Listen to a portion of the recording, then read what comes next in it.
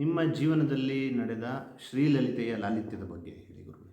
ಅಯ್ಯೋ ದೇವರೇ, ಅಲ್ಲಪ್ಪ, ಈ ಪ್ರಶ್ನೆನ ನನಗೆ ಪ್ರಕಾರ ಅಪ್ರಸ್ತುತ ಸಮಸ್ಯೆ. ಯಾಕೆ ಗೊತ್ತಾ, ಎಲ್ಲವೂ ಅವಳ ಲಾಲಿತ್ಯವೇ ಆಗಿದೆ. ಅದನ್ನು ಎಲ್ಲಿ ಹುಡುಕಿ ನಾನು ಬೆಳಗ್ಗೆ ಎದ್ದೇಳೋ ಲಾಲಿತ್ಯವೇ, ಅವಳದೇ ಲಾಲಿತ್ಯ. ನಾನು ನಿಂತ ಮಾತಾಡ್ತೀನಿ, ಅದು ಅವಳ ಲಾಲಿತ್ಯವೇ. ನಾನು ಊಟ ಮಾಡ್ತೀನಿ, ಅದು ಲಾಲಿತ್ಯವೇ.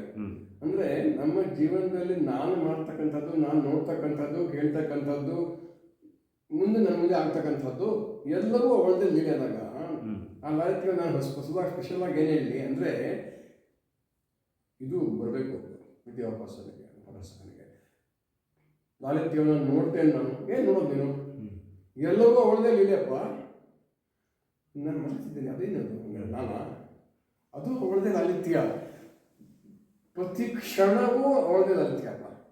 ಈ ಭಾವನೆ ಬರದೇ ಇದ್ದರೆ ಅವನು ಶಿವವಿದ್ಯಾಭ್ಯಾಸ.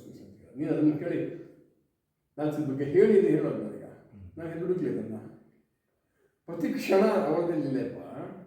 ಆ ಲಾಲಿತ್ಯವನ್ನು ಹುಡುಕೋದು ಹೋದರೆ ನಾನು ಏನು ನೋಡ್ತೀನಿ ಅಂದರೆ ಅದಕ್ಕಿಂತ ಅಸಮರ್ಥತೆ ಏನಿಲ್ಲ ಅನ್ಕೋತೀನಿ ನಾನು. ಪ್ರತಿ ಕ್ಷಣ ನಮ್ಮಲ್ಲಿ ಕ್ಷಣಕ್ಕೂ ಹೊಂಚಿದ್ದಿದೆ ಕಾಲ, ನನಗೆ ಮರ್ತೋಗಿದೆ ಅದು, ಆಯಿತಾ?